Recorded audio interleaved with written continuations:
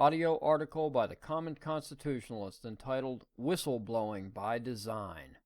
Well, it looks like it was all by design. Throughout his entire presidency, Obama and his most transparent administration of all time has had it out for whistleblowers. In March 2015, The Guardian posted an article stating that, quote, since Barack Obama entered the White House in 2009, his government has waged a war against whistleblowers and official leakers. On his watch, there have been 8 prosecutions under the 1917 Espionage Act, more than double those under all previous presidents combined, unquote. However, they also went on to explain that it's not like Obama prosecuted all leakers. Those leaks from high-level officials like Leon Panetta, John Brennan, or even New York Times reported David Sanger were all given a pass. Bottom line, if you were favored by Obama and the leak would make the president look good, no harm would come to you. But then in January, a week prior to Trump's inauguration, it seemed everything changed. The Washington Times reported that, quote, President Barack Obama, with about a week left in his presidency, has all of a sudden shown interest in protecting government whistleblowers and the Inspector General community, unquote.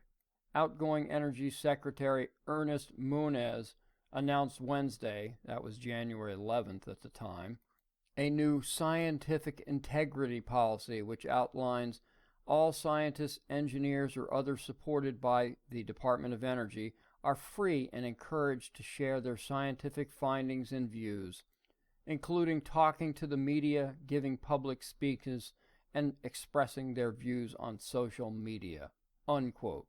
Imagine that, and just in time for Trump to take the reins. In the 11th hour, he also signed into law a bill that would renew the vigor of the Inspector General's office, a department that he did his best to gut during his time in office. We wouldn't want any IGs poking around in our business. Prior to signing the law, inspectors had to get permission from their agency heads to dig into any claims of corruption, but now the new law bypasses that step, again, just in time for Trump.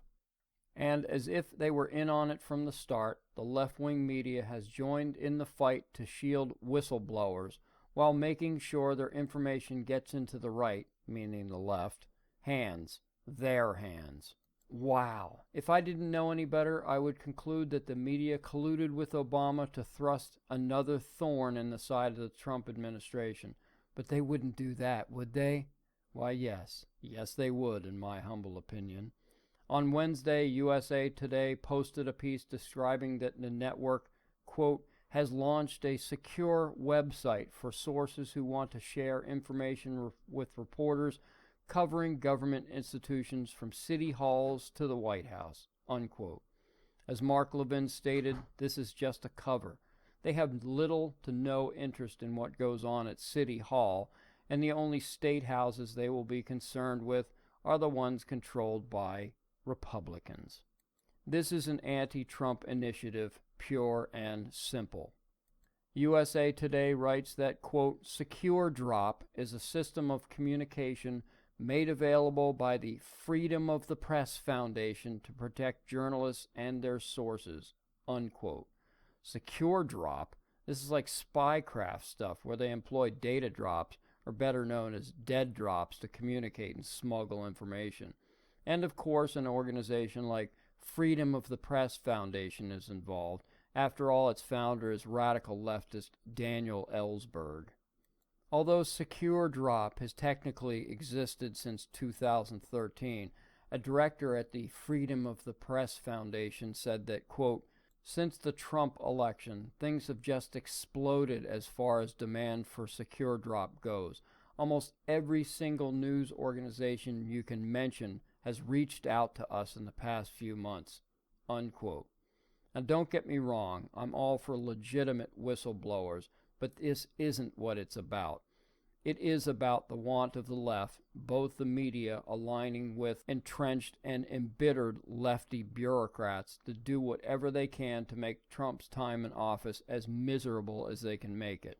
And the ultimate goal is Trump's removal. It is also just one more example of just how petty and small Barack Obama is. Thank you for listening.